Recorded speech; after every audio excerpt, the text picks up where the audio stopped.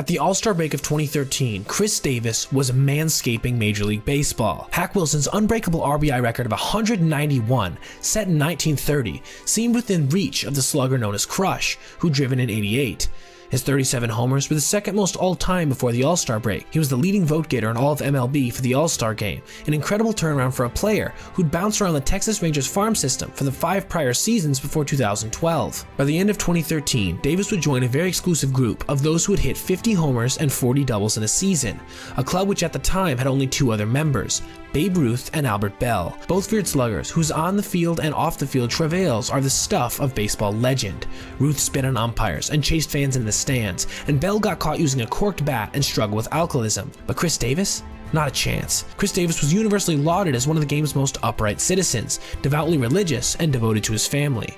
And yet, from that pinnacle, Crush Davis crashed. In 2013, no one could have predicted that a year later, Davis would face suspension for taking a banned substance. But that's exactly what happened, as the 2014 pennant race was at full throttle. And it got worse. Much worse. By 2019, Davis was again setting major league records, but not the kind most players would want their name associated with.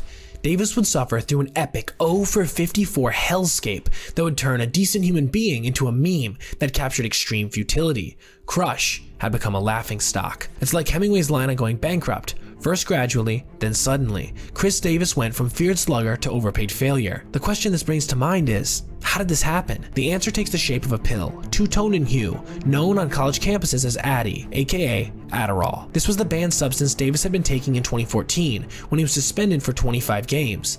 A banned substance, sure, but also one a physician had prescribed for him to take to treat a medical condition. In the eyes of baseball, Davis was guilty of something.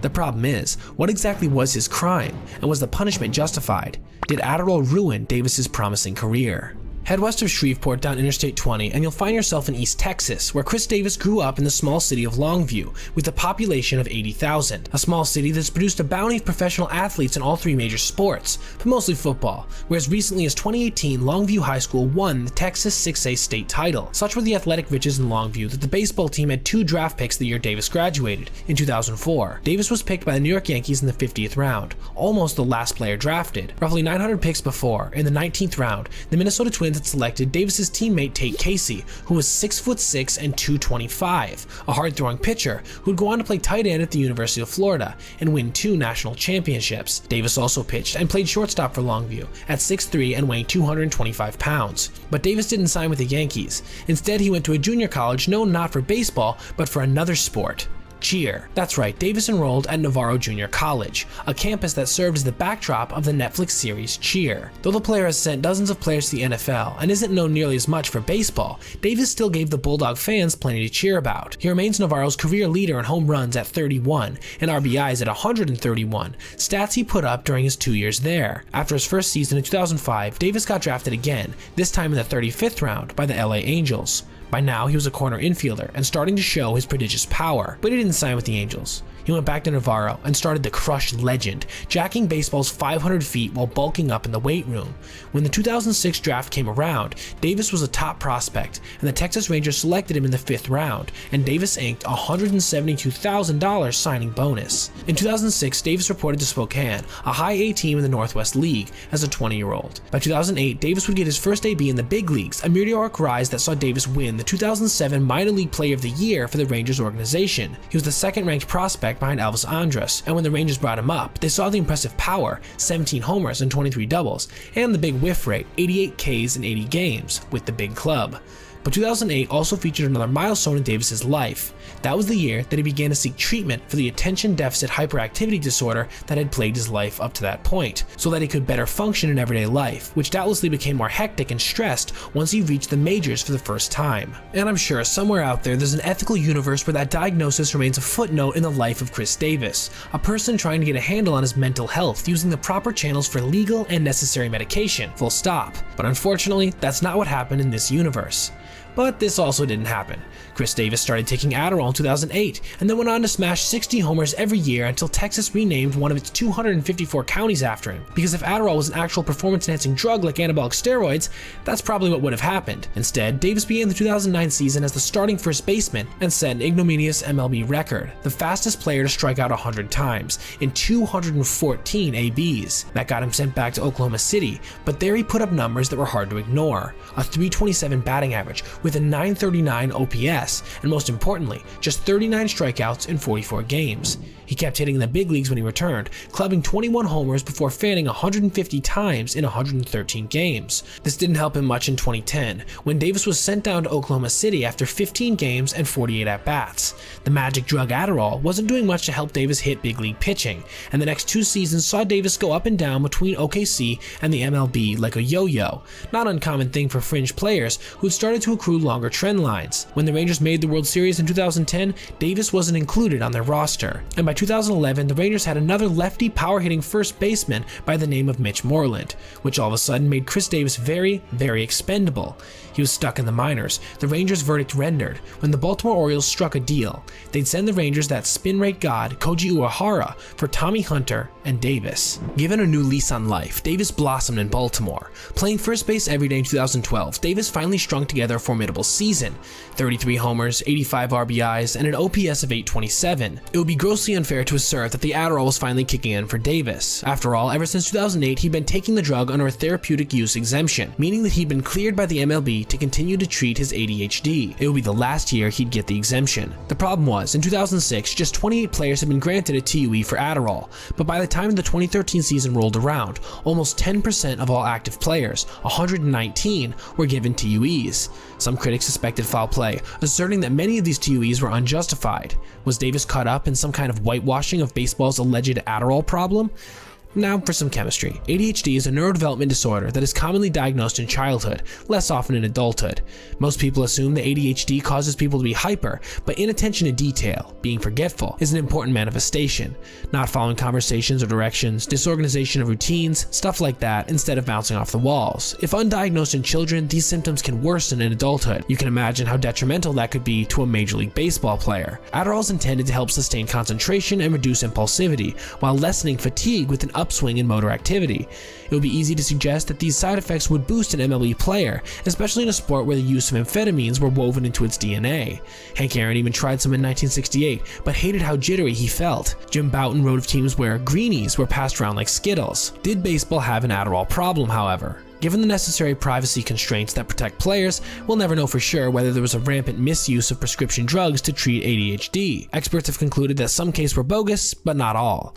No one will ever really know whether baseball was a hotbed of ADHD. Which takes us to the year Chris Davis went off, 2013. The numbers were staggering: 53 homers, 138 RBIs, and a batting average that sat at a respectable .286. He finished third in the race for MVP of the American League, and all of a sudden, Crush was one of the most elite power hitters in the game. But prior to the season, his application for a TUE had been turned down by MLB, the same TUE he'd been using since 2008 when he was a nobody. But 2012 had proven that Davis was a rising star among the league leaders, and thus drawing more scrutiny. So Davis had to make some hard decisions. He could continue taking Adderall in violation of the league's joint drug agreement, risking suspension, or he could not treat his ADHD. Not surprisingly, he decided to treat his medical condition and admitted to taking Adderall several times during his epic 2013 campaign to help improve his focus, just like he had done when he was mired in the minors and whiffing at record rates. But 33 bombs and a sordid history of drug scandals turned MLB into a kangaroo court. The problem here is that by treating Adderall like human growth hormone, MLB set up a false equivalence between people with real conditions like Davis and cheaters who wanted an edge, like Barry Bonds and crew. It's far from certain that amphetamines boost performance, but no one can dispute what anabolic steroids did to hollowed baseball records.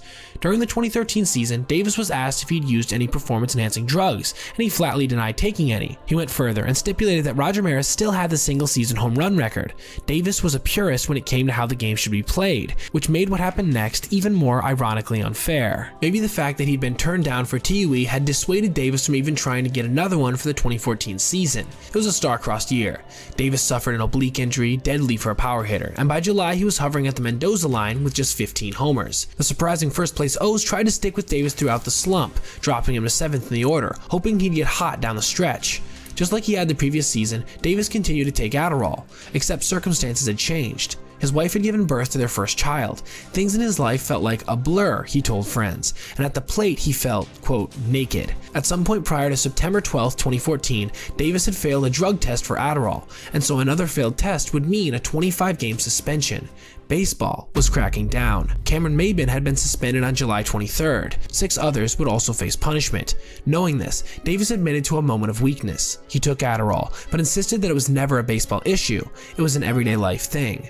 The hammer came down, and Davis got a 25-game suspension, which put him out of the Orioles' romp throughout the pennant race and postseason. Whether his bat would have mattered since he was hitting a paltry 196 is open for debate. None of the replacements the O's tried at first base matched even Davis in a tailspin, and his defense remained above average. Davis returned to the Oriole lineup in April 2015, during the season's second game, which marked the official end of his suspension. But you can also argue that the suspension in some ways never really ended, that Davis was indelibly marked by the incident, and his career would tank just when it seemed like he was going to join the ranks of the game's best. However, in 2015, Davis had a new exemption to treat his ADHD, but he wasn't going to take Adderall anymore, but instead another drug, one that I can't hope to pronounce, which is a time-release element that can last up to 14 hours, whereas Adderall is more fast-acting and requires more doses per day, and for a time it seemed to work. In 2015, he put up some impressive numbers, belting 47 homers while driving in 117, and so that offseason, owner Pete Angelo signed Davis to a then Orioles record contract of $161 million over 7 years, a just reward for his breakout superstar. But things would never again be this rosy for Davis. He started the contract with a solid 2016, with 38 homers and 84 RBIs, but his batting average clanged at .216, a poor clip he'd somehow never again match. More distressingly, he struck out 32.9% of the time. Things were bad, but they'd get even worse. Facts are stubborn things, and the facts about what happened to Chris Davis's career after 2017 read like the script of a horror movie. The lows were so low that new metrics would need to be invented to describe his plight at the plate, and all of it was done without the aid of his doctor-prescribed substance, the one that had gotten him into trouble in the first place. The strikeouts, more than anything, really began to stand out. In 2017, Davis led all of MLB by whiffing 37.2% of the time, and his average exit velocity and barrel rate both began to dip. Yet, when he got the ball in the air, he had a home run to fly ball rate of 24.8%, not far from his best percentage when he was raking. He just wasn't putting balls in play. When he did, his expected batting average was .301. However, the 2018 season would morph into even more of a nightmare, statistically one of the worst stretches by any MLB player in the history of the sport. In Davis's case, he made 522 plate appearances and recorded 79 hits, which, when all was said and done, left him with a season batting average of .168, which remains the lowest average in MLB history for someone with that many at-bats. His K rate was 36.8%, and he was barreling up fewer balls. Most tellingly, his WRC plus was 46, a far cry from his career best of 168. Essentially, he was about 1/2 of an average major league player, whereas he used to be more than 1.5. In other words, the 2018 Davis would need to bat twice as often to be average, so with him in the lineup, the O's would need 10 hitters to produce the runs of 9. But the infamy didn't end in 2018. The agony stretched into 2019, because the 0 for 21 he ended the season on in 2018 slid into an 0 for 33 to begin the 2019 season, for an MLB record 0 for 54, hitless in 62 consecutive plate appearances, before singling off Boston's Rick Porcello on April 12th. Though the dugout celebrated, and Davis seemed to be taking it in stride, things wouldn't turn around for him. In August, he had to be physically restrained from going after manager Brandon Hyde in a moment of frustration that spoke loudly about Davis's current state of mind. He ended the year hitting .179 with just 12 homers. And that was that. After 2019, Davis played in only a handful of games and retired in 2021. While his contract has Bobby Bonilla-like payouts for years to come, Davis's legacy will always be linked to the suspension for using Adderall while the O's sat in first place at the end of 2014. It's important to remember that no one has ever questioned whether Davis had ADHD. Everyone who knew him agreed he suffered from it. He began taking Adderall well before his career blew up, and he did so on the advice of a doctor. So why was he treated like a villain, a scapegoat? There was no evidence, just conjecture, that Adderall would help players perform better on the field, but no scientific studies support this claim.